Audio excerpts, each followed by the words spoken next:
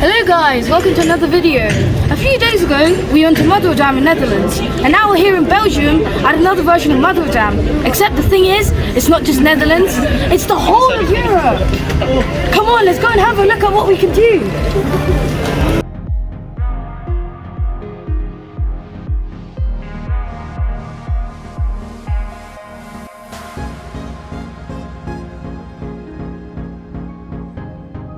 To start off, we went on a visit to Denmark. Denmark, which is known as the Gateway of the Baltic Sea, is a very famous country for its history with the Vikings. The Vikings were a large group of seafarers who created an empire that would change Europe and its way of thinking forever. The Vikings were especially good at invading and keeping other countries under their control. In fact, they were actually the first Europeans to reach North America. Did you know that unlike TV shows and films, the Vikings didn't wear horned helmets? It's crazy to think that your childhood was filled with the notorious Vikings, only for you to find out that they never had the most iconic thing about them. Sweden and Finland are two large neighbouring countries located in the north of Europe.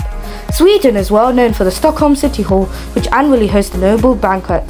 Finland is well known for the Olavinlinna castle, which was used as a part of a defence force against Russia a few centuries ago.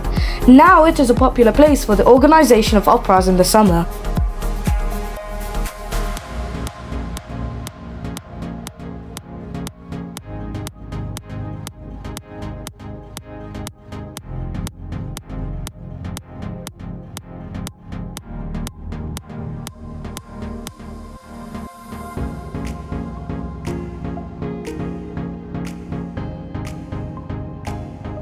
Lithuania is a country that is next to Poland.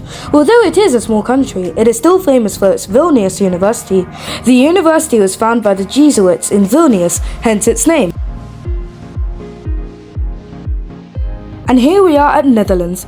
As you know, it's very famous for its tulip fields and windmills. However, there were also other famous places, such as Amsterdam.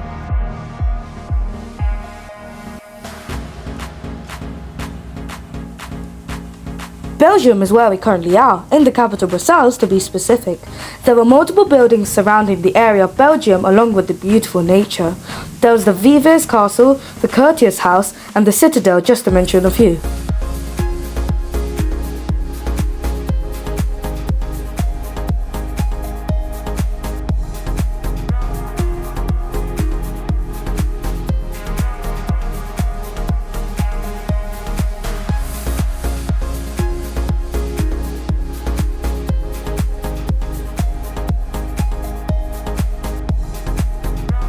This is the Grand Place in Brussels. Yes, that's its name. There are three components that make up this area: the City Hall, the House of Corporations and the Maison du Roi. Even by seeing this, I was getting the feeling that this was indeed a magnificent place.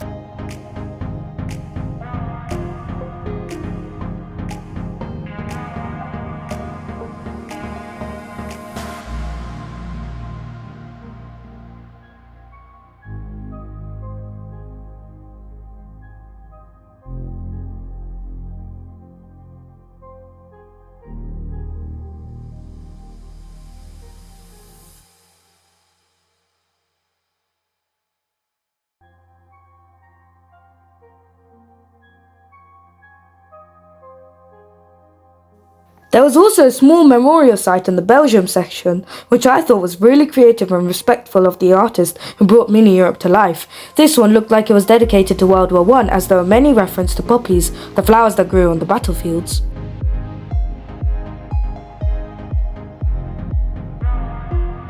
We are now back in the UK. Nah, I'm just kidding. But there was a reference to central London as they built the massive Big Ben next to Westminster Palace, which is the home of the House of Parliaments. Right next to this, they had a small area dedicated to Ireland, which had a vast countryside along with some old-fashioned buildings and sheep?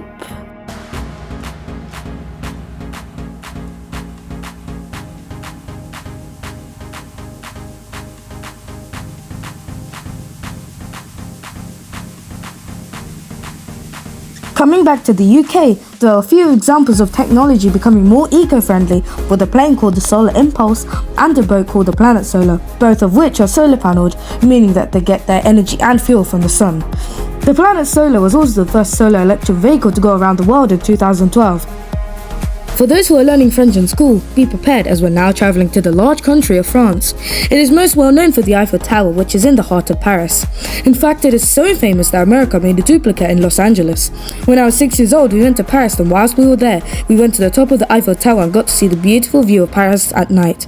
It was honestly stunning. There was also an interactive activity nearby where you had to crank a pedal as fast as you can to make a bicycle start moving along with the well-known Arc de Triomphe.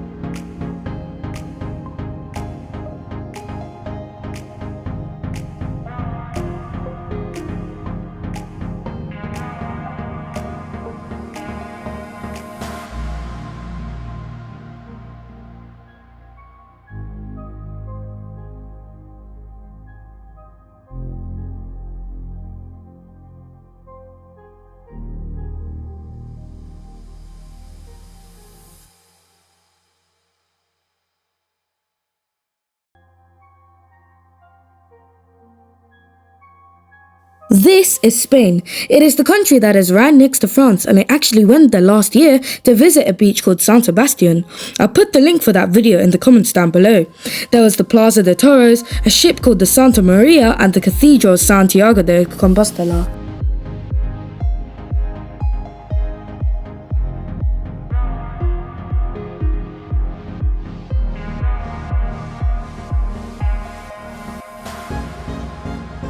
This small section is supposed to represent Italy. It has the Palazzo Pubblico and also the very well-known Leaning Tower of Pisa. Did you know that this was where Galileo did an experiment to learn about forces? I myself didn't know this and thought that this was very cool. Also, you would have seen a glimpse of a volcano nearby. That is the Mount Vesuvius that killed thousands of people in Pompeii in 79 AD. It is a very interesting case study, and I recommend you read more about this after watching this video.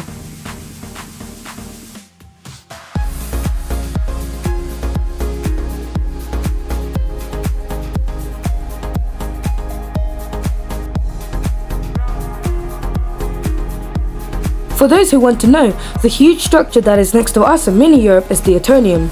It's quite obvious why it's called that because, well, it's in the shape of an atom. I feel like any scientist who would want to see an atom would come here to Brussels and look at this masterpiece. It was first built in 1958 and is a whopping 102 meters tall. That is like 34 African elephants standing on top of each other.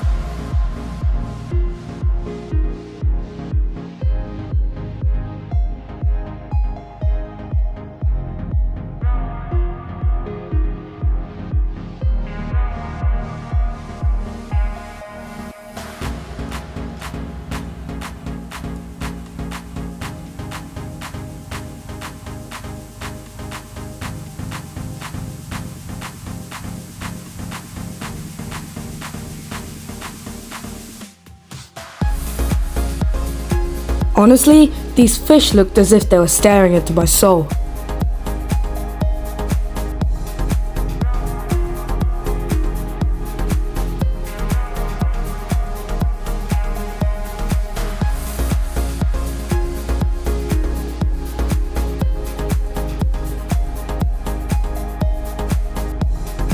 So we just finished looking around at mini Europe and it was amazing. All the architecture looked so beautiful and the Eiffel Tower itself was so big compared to me.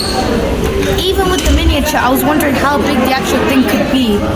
And now, after finishing mini Europe, we are now having our lunch, which also tastes really good. But anyways, thank you for watching this video. I hope you enjoyed. Make sure to like and subscribe, and I'll see you in another one. Bye!